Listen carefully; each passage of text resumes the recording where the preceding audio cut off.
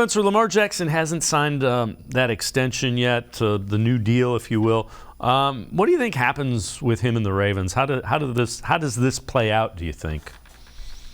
It feels very difficult to say at this point. It felt like it was going to get done ahead of the season. The rumblings in Baltimore are that the Ravens did exceed Kyler Murray's deal and Russell Wilson's deal, and there was going to be upwards of a $200 million contract. Lamar Jackson put a deadline on it. He said, I don't want to be doing these discussions during the season. And apparently the clock actually did run out on sorting out the guarantees that Lamar Jackson would have wanted. So it appears that they are still negotiating. They are still at that point, but it doesn't feel quite as certain that we see Lamar Jackson sign that long-term deal or ink that long-term deal for the future. I think everything's kind of on the table in ways right now. I don't think it would be shocking to see him not play for the Ravens next year. The franchise tag obviously in play, a tag and trade obviously in play, but the team is still negotiating with Jackson, and he just hasn't really had a wealth of weapons around him, which I think kind of allows them to examine him in a vacuum as a player in many ways. They know the person. He's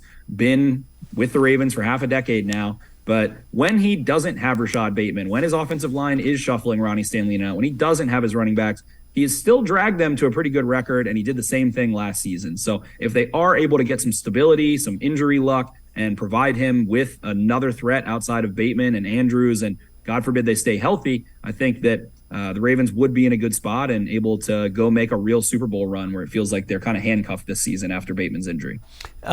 He because of the way he plays and because he runs the football in the open field, he gets banged up a lot. Is that at all a concern, or is that just kind of the way you deal with a quarterback that plays the way he does?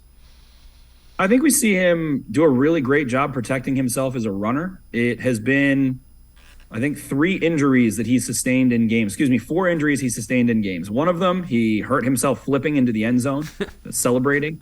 Another one was Jeremiah Owusu-Koramoah last year, knocking him out of the Browns game, grabbing his ankle and twisting his ankle a little bit, which was as a passer. We see him get hurt in the pocket, getting hit by Denver Broncos edge rusher. And then we saw him sustain an injury in 2019 against the Buffalo Bills when Matt Milano hit him dead in his waist as he was throwing a 61-yard touchdown to Hayden Hurst. So I actually think he does a remarkable job protecting himself as a runner, but has gotten banged up in the pocket.